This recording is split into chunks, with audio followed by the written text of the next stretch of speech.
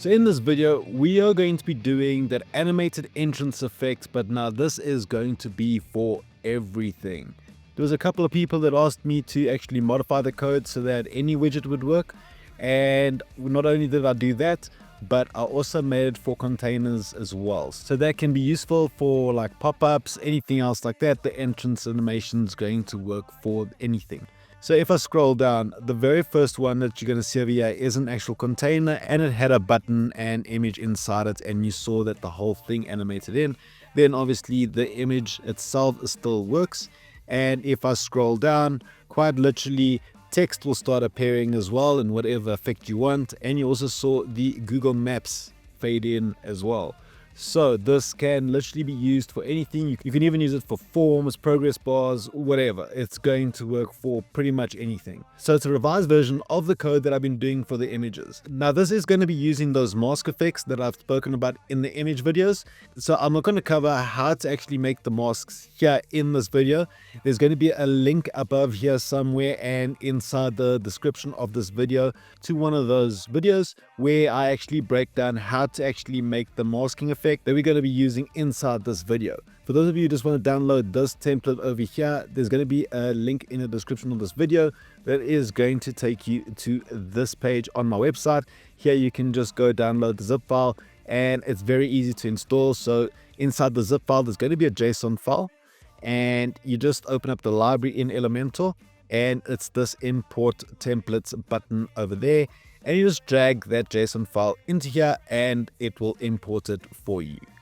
Now for everyone else who wants to go and actually build this out, in the description of this video there's going to be a link for you that's going to take you to the reference page, which is this one right here. We scroll down. I gave a couple of masks here for this tutorial. I think it was 4 if I'm not mistaken. You can download those masks just to follow along, and we just have to use one CSS class name that is going to work in containers, widgets, and everything. So this code is quite adaptable. And then we have the actual code itself. When we're actually doing the build, which is going to be very quick and easy, and then to edit this so you can actually change when the code kicks in, this threshold that's going to be over here, the 0.2, that means it's 20% of the widget is going to be visible in the viewport of the window. So that you can go and change to like 0.3 for like 30%, 40%, whatever you want. That's when this code will go and kick in, so that you can go and tweak there if a 0.2 is just a little bit too short for you. So one thing to note just before we get into this build is don't use the same mask repeatedly on the page for different elements. Now I don't know why that is, and I couldn't actually work out why that was going to be the case. But if you use the same mask repeatedly on the page, for some reason the first one will work but then the others don't. They just can't do a fade in effect, and that's what you're looking for. So if you want to use the same effect, just duplicate it and give it a different name. That will fix that out. For the life of me, I couldn't get it just to accept the same mask. For some reason, that's how it is for all different browser types, so just be aware of that. Now here in Elementor, I'm going to show an image, I'm going to show a container, and then I'm going to use text as well. So maybe a heading and some generic text. So you can see that this can be used for anything. Now, for most widgets that are on containers, that's going to be following one simple process, and then containers, it's slightly different in the process of how to implement this.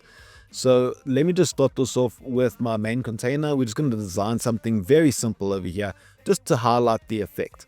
So I'm going to go get that container. This one, it doesn't really matter what it is, but I'm going to set it at 100 and the min height to VH of 100. So it just fills the screen. And then here in Justify, I'm going to make it center and align items center. So everything's just in the middle here, just to show in this tutorial. Let us go and get an image. So put the image in there, choose something random. It doesn't matter what it is. I think this is a bit too big. So what I'm going to do is make it full and then make it a 50% just like that. Then maybe stylize it a little bit, I guess. And I think that's fine, just with a little bit of border radius, just to give that image just there for this example. Now, what I'm going to do is I'm just going to get a spacer just to space out all the different widgets. Then the next thing I'm going to be putting in is maybe a heading, And text editor, duplicate the spaces. So there's spacing here to go and get a container. So get a container and I'll show you how to use it on a container. Okay, so now we have that all laid out. Now, what I like to do is in a separate container at the bottom of the page is just to put the code there. So let me just go and do that now. You don't have to do the same. You can put this code in the custom code for the whole site in the Elementor settings, or you can put it anywhere else. But for me, I like keeping the code separate so I can find it easier. So for the settings of this, is this going to be 0 in gaps and in padding so that it doesn't show a white space at the bottom unnecessarily. And then in here, I'm going to go and get the HTML widget. So this is where we're going to put the code. Let us go and edit these things just very quickly. So for this heading, I'm just going to make it for the font family, maybe make it a 50 pixels and make it uppercase, and then also make the color black. So it's just like that. It doesn't really matter. It's just for the tutorial. And then this text, what I'm going to do is I'm just going to copy paste it so it's a little bit bigger, and maybe put it all together. Yeah, and that should be fine. It doesn't have to be anything special. It's just for the effects. So for the settings of this container, I'm not going to do too much of it. It's just to show the effect, right? So I'm going to make it full width, maybe make it a pixel of say 600, and maybe make the height maybe 400. So just something simple like that. Style, maybe give it color so we can see the effect in action. And I'll just round up the borders just a bit. So we just have that very simple container there. And inside it, what I can do is also maybe put an image. I think this one over here is fine. And then also what I can do is maybe put in some text underneath and just make it white so it stands out, and center a line. So something very easy and simple, and that should be good enough just like that. So we have the image, heading, text, and this container right here. So in the reference page, all we have to do is get this CSS class name. So we copy this, and then when we go to the image here on top, in advanced, we're going to paste it in there. The heading, we're going to do the same thing. Go to advanced, paste it in the custom CSS classes. Same thing for text editor, advanced, paste it in there. And then for this container, same thing. So you paste it in there. Now, if we go back to the reference page, we just copy the script over, and we are going to paste it inside the HTML widget that we put in. Now we have everything ready for the entrance animations. So for this image, under advanced, we come down to mask, and we say that this is on and it's going to be custom. Now, you can use any one of those masks that I gave you, and I'm just going to go and select one here. So I think this one over here is fine. So I say select, and it does that to the image. Now the fit over here, I'm going to make sure that it's full. So it goes across the entire image and not just sit in the middle. Then for the heading, I'm going to do the same thing, and advanced, mask on, custom, choose one. Think this one over here, the smoky effect, put that in, and it does that. And then just remember, it must be full. Same thing for the text editor. So mask on, custom, say this effect over here, and full. Okay. Now for the container. Now this is different.